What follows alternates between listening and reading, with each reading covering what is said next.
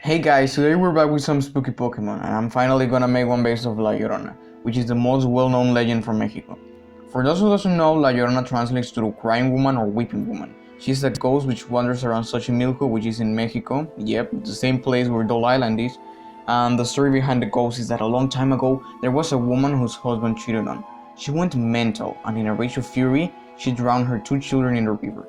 She didn't realize what she had done until she saw her children dead and killed herself. Now, La Llorona appears at night shouting.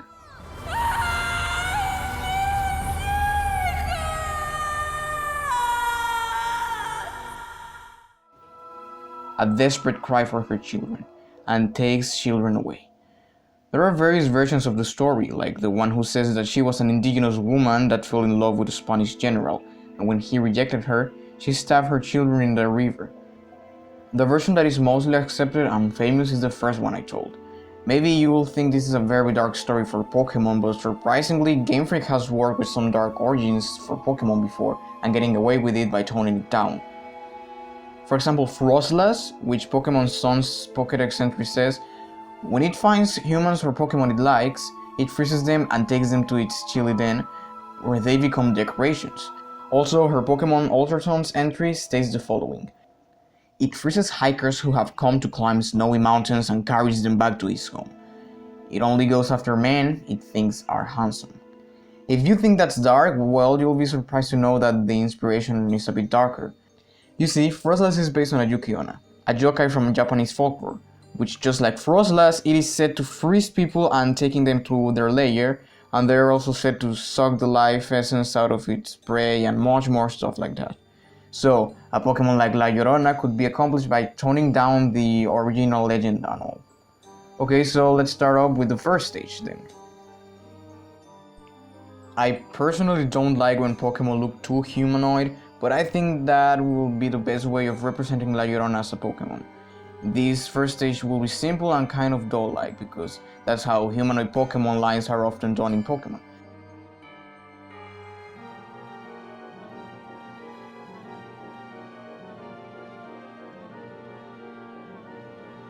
Here we have Sabina from Sob and Niña, which means girl in Spanish.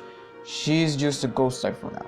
It likes screaming to scare people, and if you hear a girl sobbing at night, it might be a trap from Sabina to scare you.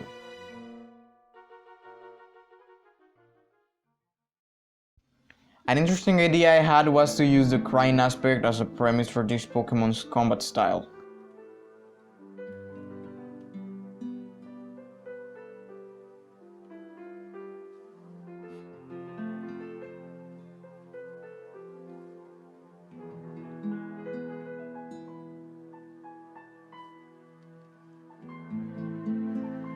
I wanted to be able to use her cry as a supersonic weapon, and as in Pokemon most sound-related things are represented with a normal type, I decided to step in and create the first ghost and normal type Pokemon. Tirina from Tyr and Niña. Their screams can paralyze their foes. They can also shoot short beams when their emotions are too extreme. These beams can deal physical damage to people and Pokemon. Its abilities are Curse Body and Unnerve, which can be fitting for a ghost like this.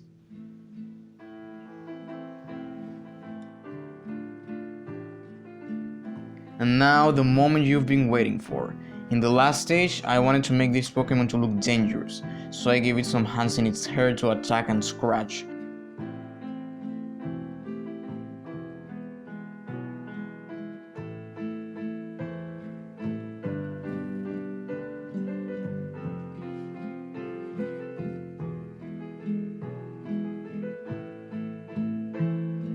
I didn't want it to look too human, so I played with some monstrous concepts, and here we have Cryona from Cry and Llorona.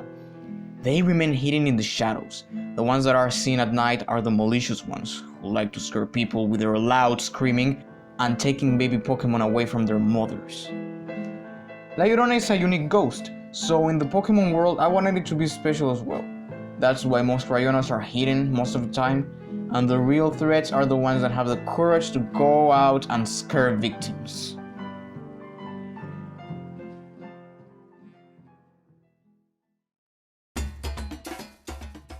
Now that Halloween is over, here in Mexico we have El Día de Muertos, which translates to the Day of the Dead. It's so famous and important in Mexico that it has to be included if we're gonna make a region based on here. Dia de Muertos is celebrated tomorrow, November the 2nd, and it's a holiday to remember our deceased loved ones. A key component for Dia de Muertos is el altar de muertos, which is an altar made for the spirits of the ones who passed away to come and visit us, to enjoy the food and the stuff we put for them. You see, in the altar, we put things that people liked. For example, if they like to eat a dish, we put that dish in there, alongside some candles and cempasúchil flowers. The flowers are meant to lead the spirits to the altar, and we call this la ofrenda, which translates to the offering. A favorite thing to put in there too is sugar skulls, which we call calaveritas de azúcar, and they are candies in the shape of a skull made of sugar and decorated with vibrant colors. The first Dia de Muertos Pokemon I want to make is a sugar skull, so I had the idea to make a ghost spirit possess it to give it life, and looking for love to free itself. I wanted it to look very cute.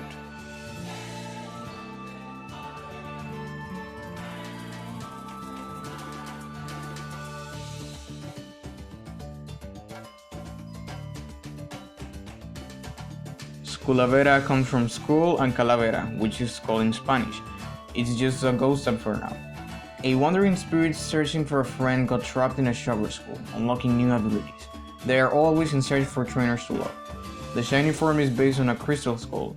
Those are said to have supernatural aura surrounding them, so I wanted to reference that too.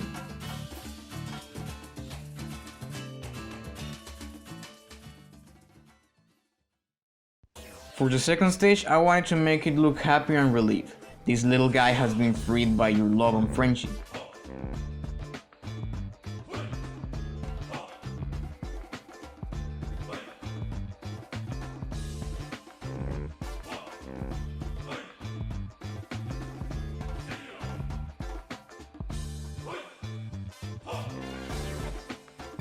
So if you level up a Skulavera with max friendship, you will get the amazing powers of Shugavera, from Sugar and Calavera, a ghost and fairy type Pokemon. The friendship and love of its trainer made this Pokemon spirit free. When their trainer is not around, they wander, searching for people to make happy. Its abilities are Searing Rays and Shadow Shield because I wanted it to have mystic powers.